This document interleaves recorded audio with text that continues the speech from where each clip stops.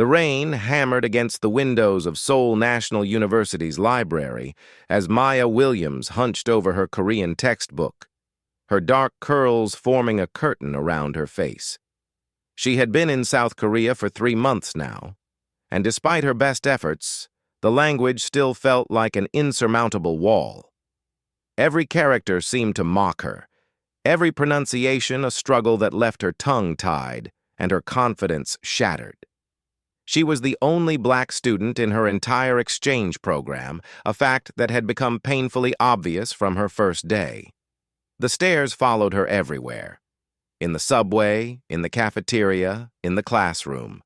Some were curious, others suspicious, but all made her feel like she was constantly under a microscope.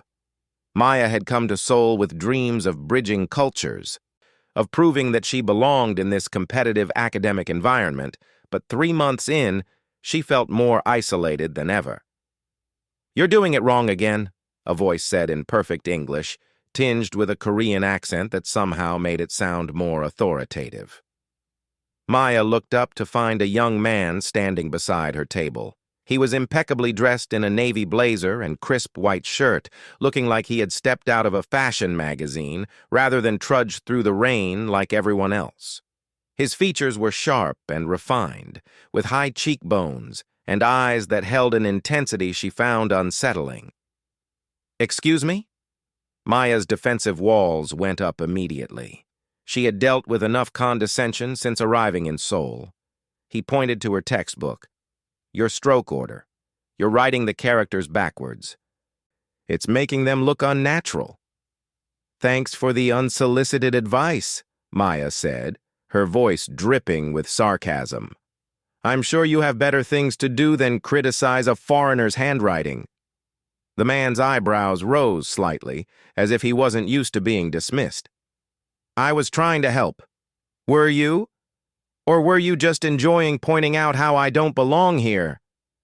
The words came out harsher than she intended, fueled by months of accumulated frustration. He studied her for a moment, his expression unreadable. "You assume I think you don't belong here? That's your projection, not mine." Maya felt heat rise to her cheeks. "Right. Because everyone here has been so welcoming." "You're angry at Korea, not at me," he said simply, pulling out the chair across from her without invitation. "But taking it out on someone offering help won't make your experience better." "Who said you could sit?" Maya challenged, even as part of her was intrigued by his boldness. "You did, by engaging in this conversation instead of telling me to leave." He opened his own notebook, revealing pages of meticulous notes in both Korean and English. "I'm Lee Jae-hyun. I tutor international students in Korean. Usually they pay me, but you look like you need emergency intervention." Despite herself, Maya almost smiled. "Emergency intervention? My Korean is that bad?"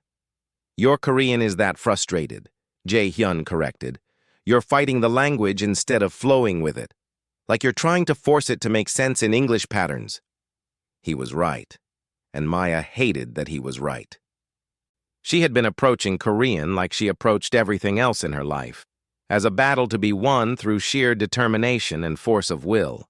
It had worked for getting into Columbia University, for winning debate championships, for proving everyone wrong who said a black girl from Detroit couldn't make it in the Ivy League. But here, in this library in Seoul, her usual strategies were failing her. "Fine," she said, surprising herself. "Show me what I'm doing wrong."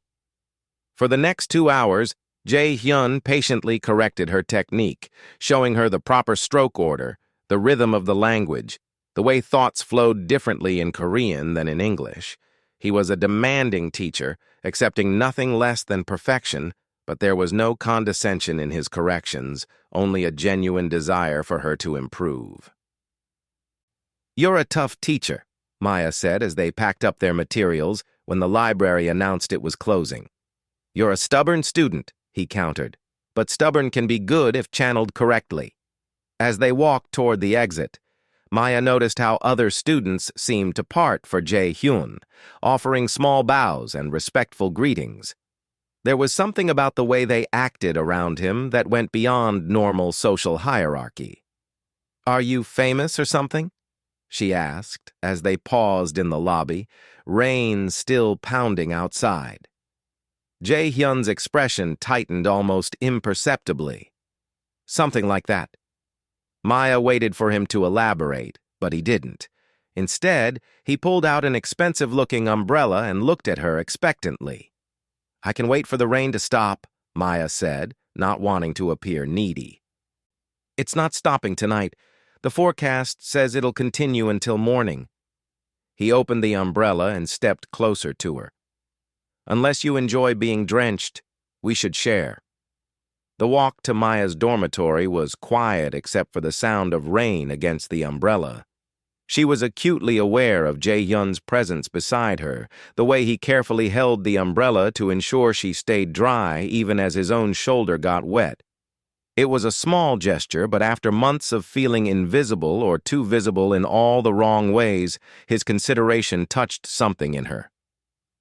"Same time tomorrow?" Jae-hyun asked when they reached her building. "I can't pay for tutoring," Maya admitted, hating how the words sounded. "I didn't ask for payment. I asked if you'd be there tomorrow." "Why?" Maya turned to face him fully, rain misting around them. "Why help me for free?"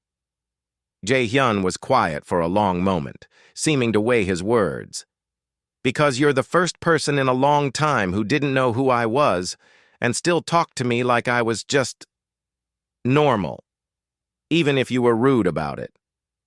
"I wasn't rude. I was defensive, frustrated, and taking it out on an innocent bystander," he finished with a slight smile. "But also genuine. Do you know how rare that is here?" Maya didn't know what to say to that. In the dim light of the dormitory entrance, with rain creating a curtain around them, she saw something in his eyes that looked like loneliness. It was gone in an instant, replaced by his usual composed expression. But she had seen it. "Same time tomorrow," she agreed. As she watched him walk away into the rain, Maya realized she hadn't even asked what he meant by people knowing who he was. She Googled his name that night, and her laptop screen filled with results that made her stomach drop. Lee Jae-hyun wasn't just wealthy or well-connected. He was essentially Korean royalty. His family controlled one of the largest conglomerates in the country, with interests in everything from electronics to entertainment. His father was one of the most powerful men in South Korea, and Jae-hyun himself was being groomed to take over the empire. The articles painted him as the perfect sheball heir, brilliant, accomplished, and already making his mark in the family business despite still being in university. There were photos of him at charity galas, business conferences, and social events, always perfectly composed, always alone despite being surrounded by people. Maya stared at the screen, understanding now why he had seemed so pleased by her ignorance of his identity. She had treated him like just another annoying student, not the heir to a billion-dollar empire. The question was, now that she knew, what would she do with that knowledge? The next evening, she arrived at the library to find him already at their table from the night before. He looked up as she approached, and she saw the question in his eyes. Would she treat him differently now? Maya made her decision. She dropped her books on the table with the same lack of ceremony as before. "Ready for round 2, teacher?" Relief flickered across his features before he schooled them back to neutrality. "Ready if you are, student." Their tutoring sessions became a routine. Every evening, they would meet in the library and Jae-hyun would guide her through the intricacies of Korean language and culture. But gradually, their conversations began to extend beyond conjugations and honorifics. "Why did you come to Korea?" he asked one evening, after she had successfully navigated a particularly difficult passage. Maya considered her answer. The truth was complicated, a mix of academic ambition, cultural curiosity, and a desire to prove something to herself and others. "I wanted to challenge myself." To go somewhere completely different and see if I could not just survive, but thrive. And how's that working out? His tone was neutral, but she had learned to read the subtle warmth in his eyes when he was genuinely interested. Ask me in 6 months, she said with a rueful smile. Right now, the jury's still out. You're too hard on yourself. Your Korean has improved dramatically in just 2 weeks. Thanks to you. Maya meant it. Under his guidance, the language was finally starting to click. But more than that, their sessions had become the highlight of her day. Jae-hyun treated her as an equal, challenging her intellectually while never making her feel inferior. He was the first person in Seoul who seemed to see her as just Maya, not as the black exchange student. "Tell me about Detroit," he said, leaning back in his chair. So she did. She told him about growing up in a city everyone had written off, about finding beauty in abandoned buildings and strength in struggle. She talked about her family's Sunday dinners, the way her grandmother's mac and cheese could solve any problem, the sound of Motown drifting from car windows on summer nights. In return, he shared glimpses of his own world, the suffocating pressure of being the heir, the way every action was scrutinized and every relationship calculated. He talked about boarding school in Switzerland, where he had learned to be perfectly multilingual and perfectly lonely. "It must be exhausting," Maya said one night, after he had described a particularly grueling family business dinner where every word had been a negotiation. "It's my life," he said simply. "I don't know any other way to be." "But what do you want?" She leaned forward, genuinely curious. "Not what your family wants, not what the company needs. What does Lee Jae-hyun want?" He was quiet for so long she thought he wouldn't answer. Finally, he said, "Sometimes I want to get on a plane and go somewhere where no one knows my name, where I can just be." "Like I did coming here," Maya said softly. "Exactly like that." He met her eyes. "Except you had the courage to actually do it." "It wasn't courage, it was desperation." The admission surprised her. "I was so tired of being the only one, the first one, the one who had to represent everyone who looked like me. I thought coming here would be different, but you're still the only one," he finished. "Just in a different way." "Just in a different way," she agreed. Their hands were resting on the table, and somehow she wasn't sure who moved first. Their fingers intertwined. It was such a simple touch, but Maya felt it like electricity through her entire body. They sat there, hands linked across the table, neither acknowledging what was happening, but neither pulling away. From that night, something shifted between them. Their tutoring sessions continued, but now they were punctuated with loaded glances, accidental touches that lingered too long, conversations that danced around what was growing between them. Maya knew it was dangerous. Everything about Jae-hyun's world was different from hers. The news articles she had read made it clear that he was expected to marry within his social circle, to choose a wife who would be an asset to the company. A Black American exchange student was definitely not what his family had in mind. But when he smiled at her, really smiled, not the practiced expression he wore for others, she forgot about all the reasons they couldn't work. When he patiently explained a grammar point for the 5th time, never showing frustration at her mistakes, she forgot about social hierarchies and cultural expectations. When he shared his dreams of traveling the world without the weight of his family name, she saw not a chaebol prince, but a young man struggling with the same questions of identity and purpose that she was. One evening, 3 weeks into their tutoring arrangement, Jae-hyun was late. Maya waited at their usual table, watching the clock and trying not to worry. He was never late. Finally, he appeared, looking disheveled in a way she had never seen before.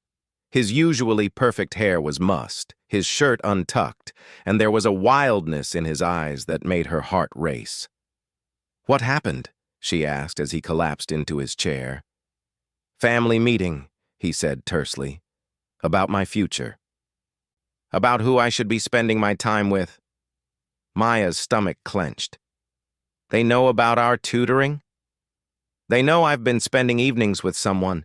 They have people who watch me, report back. He laughed bitterly. They don't know who yet, but they know it's someone outside their approved circle. Maybe we should stop. No. The word came out sharp, definitive. He reached across the table and took her hand. This is the only real thing in my life right now.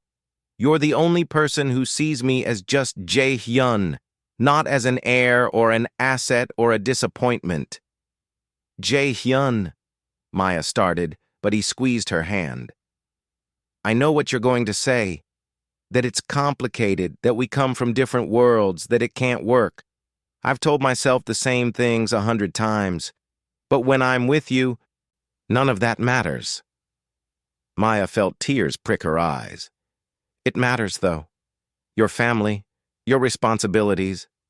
We'll still be there tomorrow and the day after that and every day for the rest of my life, he finished. But right now, at this moment, can't we just be two people who... He stopped, seeming to struggle with the words. Who what? Maya whispered. Instead of answering, he stood and pulled her up with him. The library was nearly empty at this late hour, just a few students buried in their books in distant corners. He led her to the stacks, to a quiet section where philosophy texts gathered dust. Jae-hyun, what are you... He turned to face her, backing her gently against the bookshelf. I'm tired of being perfect, he said, his voice low and intense. I'm tired of calculating every move, of living my life like it's a business strategy. When I'm with you, I remember what it feels like to just feel. Maya's heart was racing. They were standing so close she could feel the warmth radiating from his body, could see the flecks of gold in his dark eyes. This is crazy, she whispered. Probably, he agreed, his hand coming up to cup her cheek. But I've been sensible my whole life, and where has it gotten me? She leaned into his touch, her own hands coming up to rest on his chest. She could feel his heart beating as fast as hers. Your family will never accept this. Korea will never accept this. Then maybe it's time things changed, he said. Maybe it's time someone challenged what's acceptable. Easy for you to say. You're not the one who gets stared at on the subway. No. I'm the one who gets suffocated by expectations. His thumb traced her cheekbone. We're both outsiders, Maya, just in different ways. She wanted to argue, to point out all the ways he was wrong, but then his lips were on hers and coherent thought became impossible. The kiss was nothing like she had expected from someone so controlled, so careful. It was desperate and passionate, full of weeks of suppressed longing and the promise of something more. When they finally broke apart, both breathing hard, Maya saw that several books had been knocked from the shelf behind her. She hadn't even noticed. Well, she said, trying to catch her breath. That was overdue, he finished, resting his forehead against hers. They stayed there in the stacks, holding each other, both aware that they had crossed a line that couldn't be uncrossed. The weight of what they had done, what it meant, what it would cost, hung between them like a physical presence. What happens now? Maya asked. I don't know, Jae-hyun admitted. But I know I don't want to go back to pretending this doesn't exist. Your family will have to deal with it. There was a new determination in his voice. I've spent 23 years being the perfect son. Maybe it's time I figured out how to be myself. And if being yourself means being with someone like me? He pulled back slightly to look at her fully. Not someone like you. You. And if they can't accept that their perfect Korean prince has fallen for a brilliant, stubborn, beautiful black woman from Detroit, then maybe they need to expand their definition of perfect. Maya felt tears slide down her cheeks. You know it's not that simple. No, he agreed, wiping her tears with his thumb. But nothing worth fighting forever is. As they gathered their scattered belongings and prepared to leave the library, Maya couldn't shake the feeling that everything had just changed. One kiss, and the carefully constructed walls around both their lives had begun to crumble. She didn't know what would come next, the challenges they would face, the opposition they would encounter, the choices they would have to make. But as Jae-hyun took her hand, lacing their fingers together with a possessiveness that thrilled her, she knew one thing for certain. There was no going back now. They had started something that would either transform their lives or destroy them, and either way, she was all in.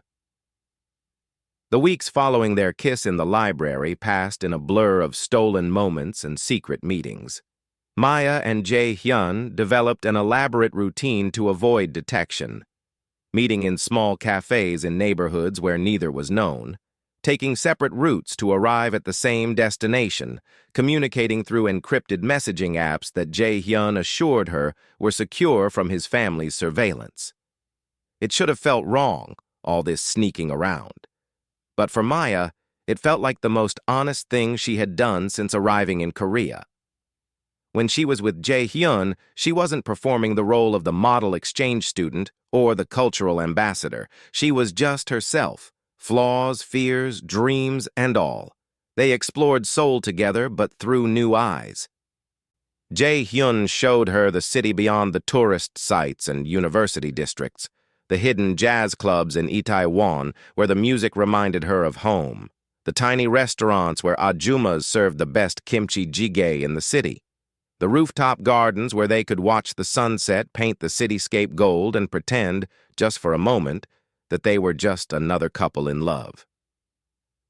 "I never knew my own city until I saw it through your eyes," Jae-hyun told her one evening as they sat on the steps of Namsan Tower, the city lights twinkling below them like earthbound stars. "That's because you were always looking at it from above," Maya said, nudging him playfully, "from your tower of privilege." "Careful," he warned with a smile. "That sounds dangerously close to a criticism of the chaebol system." "Oh no," Maya gasped in mock horror. "What will the Lee Group Board of Directors think?" "Probably that I've been corrupted by dangerous foreign influences," he said, pulling her closer. "And they'd be absolutely right." These moments of lightness were precious because they both knew the storm was coming. Jae-hyun's family might not know the specific details of his relationship yet, but the pressure was mounting. He came to their meetings increasingly tense, with stories of pointed questions from his father, strategic mentions of suitable marriage candidates from his mother, and not-so-subtle reminders of his duties from his grandfather, the family patriarch who still wielded ultimate power despite his advanced age. "They've arranged a dinner," Jae-hyun told her one night, his voice tight with frustration, "with the daughter of the Cho family. Our companies have been discussing a merger, and apparently a marriage alliance would make things smoother." Maya felt her heart clench, but she kept her voice steady. "And what did you say?" "That I had a prior commitment, which I do, with you." "Jae-hyun, you can't keep refusing. They'll get suspicious." "Let them." There was a defiance in his voice that both thrilled and worried her. "I'm tired of living my life as a business transaction." But Maya knew it wasn't that simple. She had done her research, had read about the power of the chaebol families, the way they operated like modern-day dynasties. Love marriages were rare in that world, and marriages outside their social circle were even rarer. A marriage to a foreigner, a black foreigner, would be seen as a betrayal of everything the family stood for. The stress was taking its toll on both of them. Maya's grades began to slip as she spent more time worrying about their future than focusing on her studies. She caught herself daydreaming in class, imagining scenarios where somehow, miraculously, everything worked out. But reality always intruded, harsh and unforgiving. The breaking point came unexpectedly. Maya was walking back from class when she noticed a black sedan following her. At first, she told herself she was being paranoid, but when the car continued to tail her through several turns, she knew. Jae-hyun had warned her that his family employed security teams, that they might eventually track her down. She ducked into a convenience store, her hands shaking as she sent a message to Jae-hyun. His response was immediate. "Don't go to your dorm. Meet me at the place where we first kissed." The library was nearly empty when she arrived, her heart still racing from the encounter. Jae-hyun was already there, pacing in front of their usual table. When he saw her, the relief on his face was palpable. "They know," he said without preamble. "Not everything, but they know I've been seeing someone. My father had me followed." Maya sank into a chair, suddenly exhausted. "So what happens now?" "Now I tell them the truth." His jaw was set with determination. "I'm done hiding." "Jae-hyun, no." Maya reached for his hand. "Not like this. Not when you're angry." "When then?" He turned to her, and she saw weeks of frustration boiling over. "When is the right time to tell them that their perfect heir has fallen in love with someone they'll never approve of? When is the right time to blow up my entire life? Is that what this is to you? Blowing up your life?" The hurt in her voice seemed to break through his anger. He knelt beside her chair, taking both her hands in his. "No. God, no. You're not destroying my life, Maya. You're the only thing that makes it worth living." "Pretty words," she said, blinking back tears. "But what happens when the reality hits? When your family cuts you off, when you lose everything you've worked for? Then I'll build something new, something that's actually mine. It's not that simple." "Why not?" He stood, pulling her up with him. "Why can't it be that simple? I love you. You love me. Don't deny it. I can see it in your eyes. Everything else is just noise. That noise is your family, your culture, your entire world," Maya said. "And I won't be the reason you lose all of that." "You're not the reason. The system is the reason. The expectations, the traditions that say I can't choose my own path. That's the reason." They stood there, facing each other, both breathing hard as if they'd been running. Around them, the library's fluorescent lights hummed, casting harsh shadows that seemed to emphasize the divide between their worlds. "I need time to think," Maya finally said. "We both do." "Maya, please." She touched his face gently. "Just give me tonight. Let me process this." He caught her hand, pressing a kiss to her palm. "Tomorrow. Same time?" She nodded, not trusting her voice. As she walked away, she could feel him watching her, but she didn't turn back. She couldn't. If she had, she might have given in to the urge to run back into his arms and damn the consequences. That night, Maya lay awake staring at the ceiling of her dorm room. Her roommate, a Korean girl who had barely spoken 10 words to her all semester, was asleep, her breathing steady and peaceful. Maya envied her that peace. Her own mind was a chaos of thoughts and emotions. She thought about calling her mother, but what would she say? "Hey, Mom, I fell in love with a Korean billionaire's son and now his family wants to destroy me." It sounded like a bad drama, not her life. But that's what her life had become. A drama where she had somehow been cast as the antagonist just by existing. Her phone buzzed. A message from Jae-hyun. "I can't sleep either. I keep thinking about what you said. You're right. It's not simple. But the best things never are.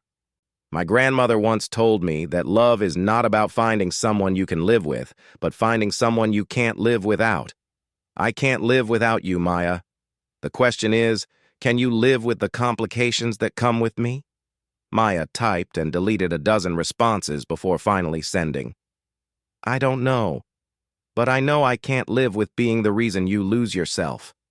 His reply was immediate. "You're not the reason I lose myself. You're the reason I found myself." The next morning, Maya woke to find several missed calls from Jae-hyun and a series of increasingly frantic messages. The last one made her blood run cold. "They know who you are. My father is coming to the university. Please meet me before he finds you."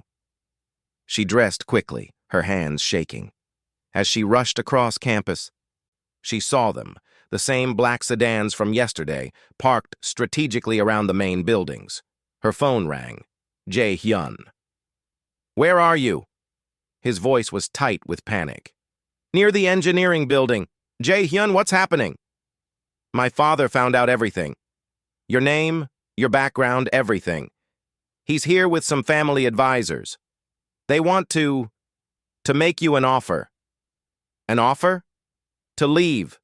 To go back to America and never contact me again?" His voice broke. "Maya, you don't have to meet with them. We can leave right now. I have money saved that they don't know about. We can go anywhere." For a moment, Maya let herself imagine it. Running away with Jae-hyun, starting fresh somewhere where their love wasn't a scandal or a business problem to be solved. But reality crashed back in. And then what? "We spend our lives running? You give up everything you've worked for?" "Yes, if that's what it takes." "No." The word came out stronger than she felt. "No, I won't meet with them, but I won't run either.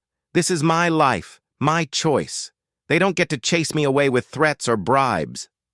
"Maya, I'm going to class," she said, surprising herself with her calm. "And then, I'm going to the library to study, and tomorrow I'll do the same thing. They can follow me all they want, but I won't be intimidated."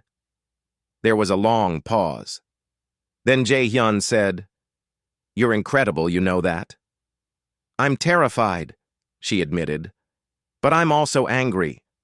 Who are they to decide who you can love? Who are they to treat me like a problem to be solved?" "They're my family," he said quietly, "and in their minds, they're protecting me. Protecting the family legacy." From what? From falling in love with someone who doesn't look like them? Someone who doesn't have the right bloodline or bank account? From someone who could complicate the business negotiations, who could damage our standing in society, who could make you happy?" Maya interrupted. "God forbid the Lee heir actually be happy." "Meet me," he said suddenly. "Not at the library. At the coffee shop on the corner of Insadong, the one with the terrible Americanos that you pretend to like." Despite everything, Maya smiled. "You knew I was pretending? I know everything about you. The way you scrunch your nose when you're concentrating. The way you tap your pencil when you're nervous. The way your eyes light up when you finally understand a difficult grammar point." His voice softened. "I love everything about you." 30 minutes, she said, ending the call before he could hear the tears in her voice. The coffee shop was nearly empty when she arrived. Jae-hyun was in the back corner wearing a baseball cap and sunglasses, like the world's most conspicuous attempt at going incognito. When he saw her, he pulled off the disguise with a sheepish smile. "I thought it would help me blend in," he said. "You look like a celebrity trying not to be recognized," Maya said, sliding into the seat across from him, "which I guess you kind of are." "My father wants to meet you," he said without preamble. "I gathered that." "Not with intimidation or offers, a real meeting, tonight, at our family home." He reached across the table to take her hand. "I told him that if he wanted any say in my future, he needed to at least meet the woman I love." Maya's heart stopped. "You told him you love me?" "I told him I'm in love with you, that I intend to marry you someday if you'll have me, that he can either accept that and get to know you, or he can lose his son." His grip on her hand tightened. "I meant every word." "Jae-hyun!" Maya felt overwhelmed. "This is moving so fast." I know it's crazy. We've only known each other a few months. But I also know that I've never felt this way before and I never will again. You changed everything for me, Maya. You showed me that there's more to life than duty and obligation. And you showed me that Korea could feel like home, she said softly. That I could belong somewhere I never expected to. So you'll come? Tonight? Maya thought about all the reasons she should say no. The power imbalance, the cultural differences, the very real possibility that this meeting could end in humiliation or worse. But then she looked at Jae-hyun's eyes, saw the hope and fear there, and knew she had already made her decision. "I'll come," she said, "but I'm not going to pretend to be someone I'm not. They'll meet Maya Williams from Detroit, not some sanitized version they might find more palatable." "I wouldn't want you any other way," he said, bringing her hand to his lips. "Wear whatever makes you feel powerful. And remember, no matter what happens, I'm on your side." That evening, Maya stood in front of her limited wardrobe, trying to decide what one wore to meet the family that probably wished she didn't exist. She settled on a simple black dress her mother had insisted she pack. "You never know when you'll need to look professional, baby," and her grandmother's pearl earrings. They were the only real jewelry she owned, passed down through generations of Williams women who had faced their own battles. The Lee family estate was in the hills overlooking Seoul, a massive traditional hanok that had been meticulously maintained and discreetly modernized. As the car Jae-hyun had sent pulled up to the gate, Maya felt like she was entering another world entirely. This wasn't just wealth, this was old money, old power, the kind that shaped nations. Jae-hyun met her at the entrance, looking more formal than she had ever seen him in a dark suit. But his smile was warm and reassuring. "You look beautiful," he said, taking her hand. "I look like I'm going to a funeral," Maya said, trying to joke away her nerves. "Well, my father does look like he's mourning the loss of his compliant son," Jae-hyun said, "so you're appropriately dressed." He led her through corridors lined with priceless art and family portraits going back generations. Each face seemed to stare down at her with judgment, a line of perfect Korean features that her children would never have. The family was gathered in a receiving room that managed to be both elegant and intimidating. Jae-hyun's father sat in the center, a man in his 60s with silver hair and eyes that missed nothing. His mother stood beside him, her expression carefully neutral. But it was the elderly man in the corner who drew Maya's attention, Jae-hyun's grandfather, the legendary founder of the Lee Group, who looked at her with undisguised curiosity. "Father, mother, grandfather," Jae-hyun said formally. "This is Maya Williams." Maya bowed, not too deep but respectful, the way Jae-hyun had taught her. "Annyeonghaseyo," she said, her Korean careful but clear. "Manaseo ban갑습니다." There was a moment of surprise. She could see they hadn't expected her to speak Korean. Then Jae-hyun's father spoke, in English. "Miss Williams, my son speaks highly of you." "He speaks highly of all of you as well," Maya said, which was stretching the truth but seemed diplomatic. "Sit," the older man commanded, gesturing to a chair that felt very much like a witness stand. "Tell us about yourself." For the next hour, Maya was interrogated with a thoroughness that would have impressed the CIA. They asked about her family, her education, her career plans. They probed for weakness, for gold-digging intentions, for any crack in her composure. But Maya had faced tough rooms before, scholarship committees who didn't think she belonged, professors who doubted her capabilities, peers who underestimated her. She answered each question honestly but strategically, drawing on the same skills that had gotten her into Columbia, that had won her debate championships, that had brought her to Korea in the first place. She talked about her father, a mechanic who had taught her that honest work had dignity regardless of the paycheck. She talked about her mother, a teacher who had insisted that education was the one thing no one could take away from you. She talked about Detroit, not hiding its struggles but emphasizing its resilience, its refusal to give up. "And what are your intentions toward our son?" Jae-hyun's mother finally asked, cutting straight to the heart of the matter. Maya glanced at Jae-hyun, who gave her an encouraging nod. "I love your son," she said simply. I didn't come to Korea looking for love, especially not complicated love. But I found it anyway. I know I'm not what you envisioned for him. I know I complicate things. But I also know that he makes me want to be the best version of myself, and I hope I do the same for him. Love is not enough, his father said bluntly. Love does not run companies or maintain social standing or produce appropriate heirs. With all due respect, sir, love is the only thing that makes any of that worthwhile, Maya said, her voice stronger now. Without it, what's the point of building empires? Who are you building them for? There was a long silence. Then, unexpectedly, Jae-hyun's grandfather chuckled. She has spirit, he said in Korean. Reminds me of someone. Abeoji, Jae-hyun's father said warningly. What? I'm not allowed to appreciate a strong woman? The old man studied Maya with those sharp eyes. My wife was considered inappropriate too, you know. A farm girl from Jeollado. My parents were horrified. Said she would embarrass the family, that she didn't understand our world. That was different, Jae-hyun's mother interjected. Was it? The grandfather asked. Different time? Same prejudices? Just dressed up in new clothes? He looked at Maya again. Your Korean is quite good. How long have you been studying? 3 months formally, sir, but Jae-hyun has been tutoring me. Ah, so that's what you call it these days, the old man said with a sly smile. In my day, we just called it courting.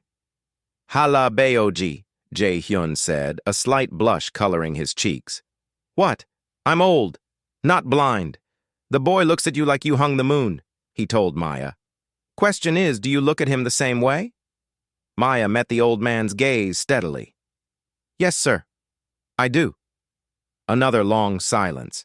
Then Jae-hyun's father stood. This is unexpected. We need time to discuss this as a family. Of course, Maya said, standing as well. She bowed again, then turned to Jae-hyun. Walk me out? They were quiet until they reached her waiting car. Then Jae-hyun pulled her into his arms. You were amazing, he said against her hair. Absolutely amazing. Your grandfather is interesting, Maya said. Not what I expected. He's always been the rebel of the family.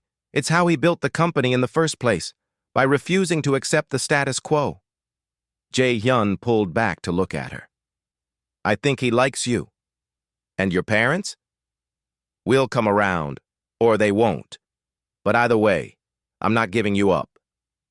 He kissed her then, right there in the driveway where anyone could see. When they parted, he said, I meant what I said. About marriage. I know it's fast, but when you know, you know. Let's survive meeting your family first, Maya said, but she was smiling. Then we can talk about the future.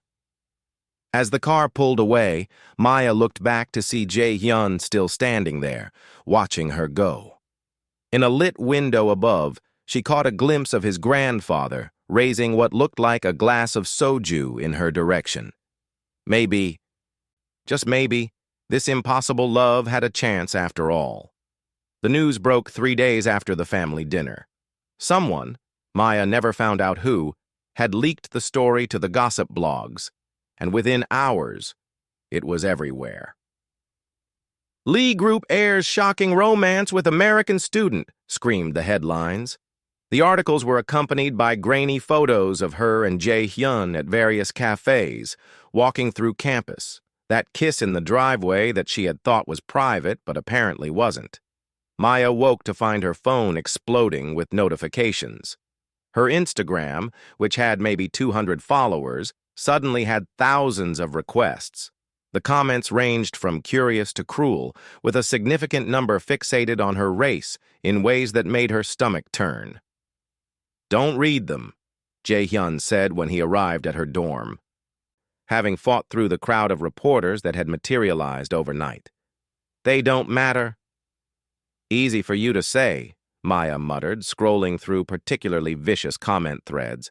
They're not calling you a gold digger who's trying to infiltrate Korean bloodlines. He gently took her phone away. They called my grandmother worse when she married my grandfather. Now she's revered as the matriarch of one of Korea's most powerful families. Time changes perspectives. Your grandmother was Korean, Maya pointed out. And you're Maya Williams from Detroit, the woman I love. That's all that matters to me. But it wasn't all that mattered to everyone else. The university administration, suddenly aware that one of their exchange students was dating Korean business royalty, called her in for a meeting to discuss appropriate conduct. Her professors, who had barely noticed her before, now watched her with a mixture of curiosity and calculation. Her fellow students divided into camps, those who suddenly wanted to be her friend, and those who saw her as a cautionary tale of foreigners overstepping their bounds. The pressure was immense. Maya found herself second-guessing every move, every word.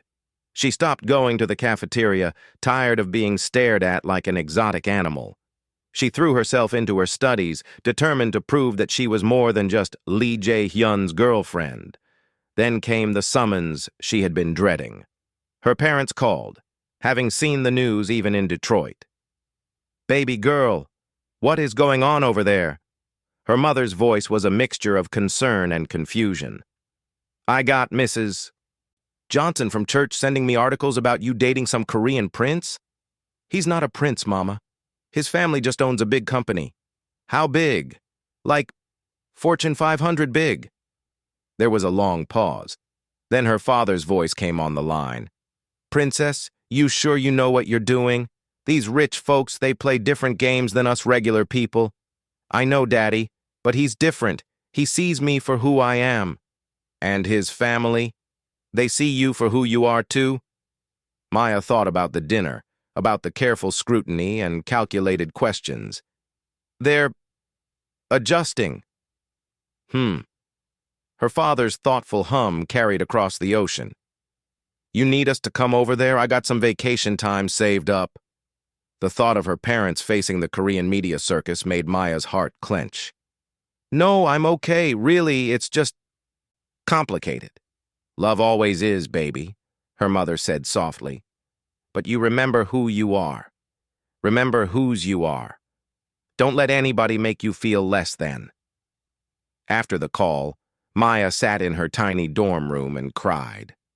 Not from sadness, but from the overwhelming realization of what she had gotten herself into.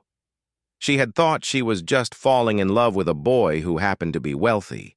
She hadn't fully grasped that she was challenging an entire system, becoming a symbol whether she wanted to be or not. A knock on her door interrupted her thoughts.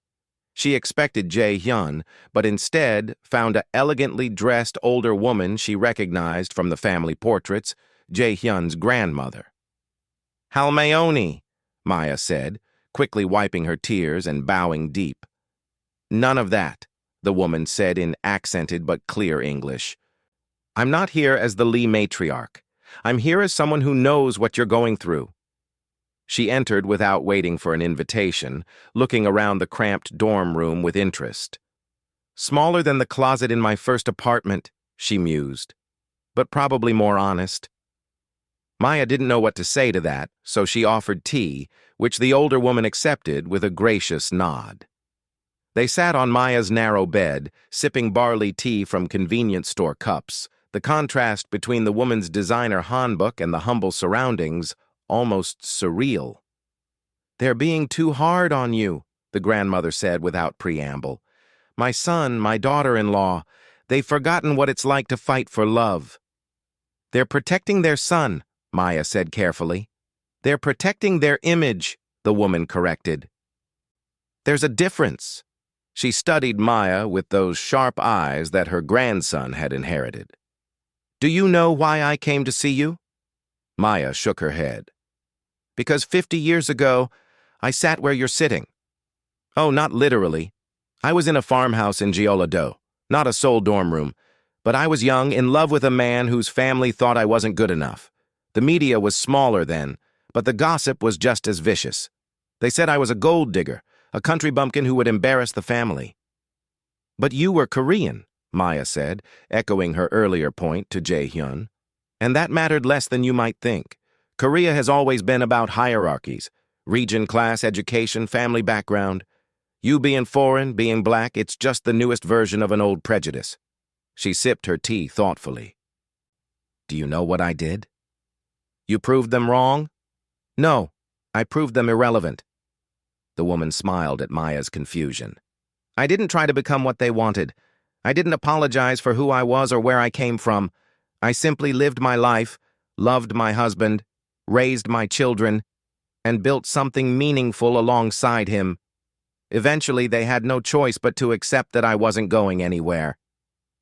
It must have been lonely, Maya said softly. Incredibly. But less lonely than giving up would have been. She reached over and patted Maya's hand. Jae-hyun is my favorite grandchild. Don't tell the others. He has his grandfather's spirit, the willingness to challenge conventions, to build something new. He needs someone strong beside him. Someone who won't just follow, but will lead with him. I don't know if I'm that strong, Maya admitted. Strength isn't not feeling scared or overwhelmed. Strength is feeling all of that and moving forward anyway. She stood, smoothing her hanbok. There will be a board meeting next week. The family will discuss Jae-hyun's future formally. His father plans to issue an ultimatum. You or his position in the company. Maya's heart sank. He'll have to choose. Yes. But here's what my son doesn't understand. Jae-hyun has already chosen. The question is whether the family is wise enough to accept it. She moved toward the door, then paused. Be at the meeting. What? I can't. Be there. Not to defend yourself. You have nothing to defend. Be there to show them who their son has chosen. Let them see what he sees. She smiled. Wear something that makes you feel powerful. And remember, you're not asking for their permission. You're offering them the chance to be part of your future. After she left, Maya sat staring at the door, mind reeling. Be at the board meeting? It sounded like walking into a lion's den. But the grandmother was right. Hiding wouldn't change anything. If she and Jae-hyun had any chance at a future, she had to stop being reactive and start being proactive. She called Jae-hyun. Your grandmother just visited me. What? He sounded shocked. She never leaves the estate without a full security detail and planned itinerary. Well, she managed it somehow. She told me about the board meeting, about the ultimatum. There was a heavy pause. I was going to tell you, I didn't want you to worry. I'm coming to the meeting. Maya, no, it'll be brutal. The full board, extended family, family lawyers, they'll tear you apart. Maybe. Or maybe they'll see what your grandmother sees. What you see. She took a deep breath. I'm tired of being talked about instead of talked to. If they're going to make decisions about our future, I deserve to be in the room. You don't have to do this, he said softly. I'll choose you regardless. You know that. I do know that. Which is why I need to do this. We're partners, right? Partners face things together. She could hear his smile through the phone. Have I told you today that I love you? Not in the last hour, she teased. I love you, Maya Williams, and if you're sure about this, then we'll face them together. The week passed in a blur of preparation. Maya threw herself into research, learning everything she could about the Lee Group, its board members, its business interests. She practiced her Korean until her throat was raw, determined to be able to follow the discussion even if they tried to exclude her by speaking in rapid Korean. Jae-hyun helped, but he was also dealing with his own battles. His father had frozen his company credit cards and removed him from several key projects. The message was clear: comply or be cut off, but Jae-hyun seemed almost liberated by it. I've been thinking about starting my own venture anyway, he told her one evening as they studied in her dorm room, the only place they could find privacy anymore. Something in sustainable technology. The family company is too tied to old industries, old ways of thinking. You'd give up everything? Maya asked. I'd be giving up a cage for freedom, he corrected. The money, the power, It all comes with strings. I want to build something that's mine. Ours, if you'll have me as a business partner too. I don't know anything about business, Maya protested. You know about seeing things differently, about challenging assumptions. That's the most valuable skill in innovation. He kissed her temple. Plus, you're brilliant at research and analysis. I've seen your academic work. The possibility of building something together, something that wasn't tied to family expectations or cultural limitations, was intoxicating. But first, they had to get through the board meeting. The day arrived gray and drizzling, matching Maya's mood. She dressed carefully in a navy suit her mother had sent express from Detroit. You show them what a Detroit girl is made of, baby. And her grandmother's pearls. Looking in the mirror, she saw not the uncertain exchange student who had arrived in Seoul months ago, but a woman who had found her voice in the most unlikely place. The Lee Group headquarters was a gleaming tower in the heart of Gangnam, all glass and steel and intimidation. Jae-hyun met her in the lobby, looking every inch the chaebol heir in his tailored suit, but his eyes were warm with love and pride. "Ready?" he asked, offering his arm.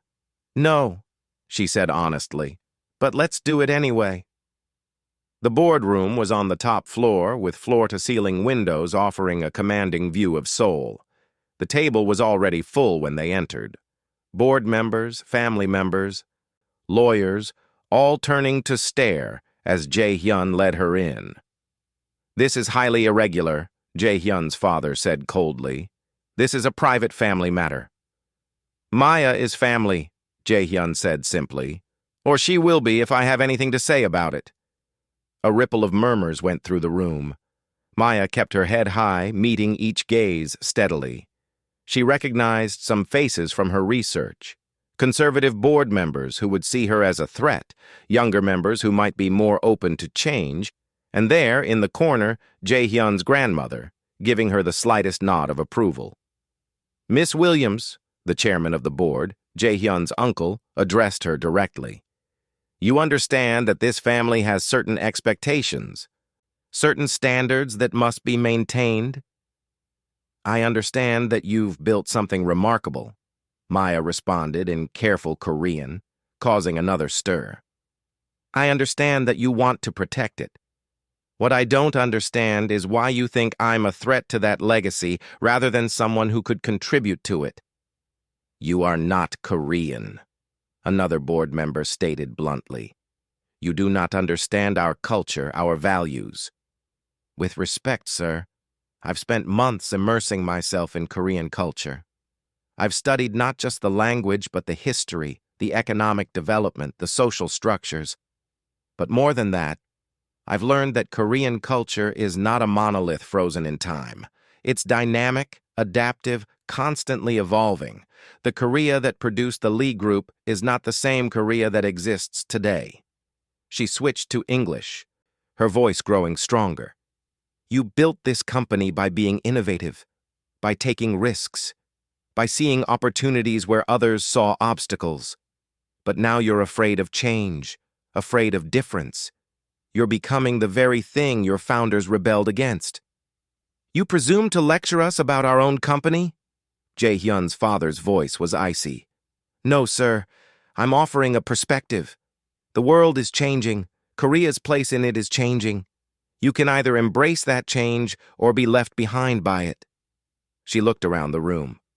"I'm not asking you to accept me because Jae-hyun loves me. I'm asking you to consider what it means for the future of the Lee Group if you can't see beyond old prejudices. And what would you know about the future of our company?" The question came from a younger board member, a woman who looked genuinely curious rather than hostile. Maya had prepared for this. "I know that 60% of your revenue comes from industries that will be disrupted by sustainable technology in the next decade. I know that your international expansion has stalled because you're still applying 1990s Korean business practices to 2025 global markets. I know that your competitor, the Cho Group, just hired a diverse international advisory board and their stock price has increased 12% in the last quarter. The room was silent. Maya continued. But I also know that you have the resources, the talent, and the foundation to lead rather than follow. Jae-hyun has ideas about sustainable technology, about new markets, about partnerships that could position the Lee Group for the next 50 years, not just the next 5. But he needs the freedom to pursue them. And yes, he needs a partner who can help him see beyond traditional boundaries. You think very highly of yourself, the chairman observed. No, sir. I think very highly of what we could accomplish together. Jae-hyun and I, but also all of us in this room. Change is coming whether you approve of it or not.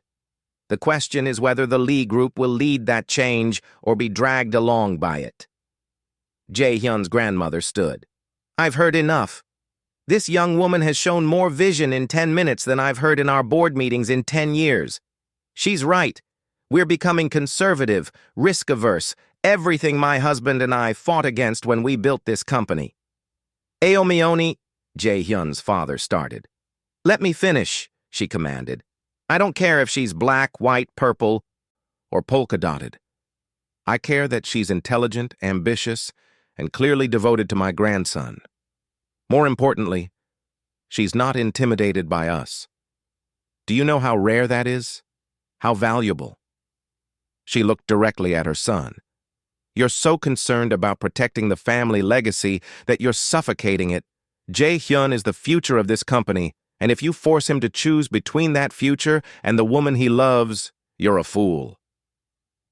The room erupted in arguments, some in Korean, some in English, board members taking sides and voicing opinions that had clearly been suppressed. Through it all, Jae-hyun held Maya's hand under the table, an anchor in the storm. Finally, the chairman called for order. We will vote. All in favor of requiring Jae-hyun to end this relationship as a condition of maintaining his position in the company? Hands rose. Maya counted. 5. All opposed? More hands. 7, including Jae-hyun's grandmother and, surprisingly, the young woman who had questioned Maya. Abstaining? 3 hands, including Jae-hyun's father. Maya felt Jae-hyun's hand tighten on hers. They had won, barely, contentiously, but they had won. The motion fails, the chairman announced, though he looked unhappy about it. However, Miss Williams, understand that this is not carte blanche approval. You will be watched, judged, evaluated.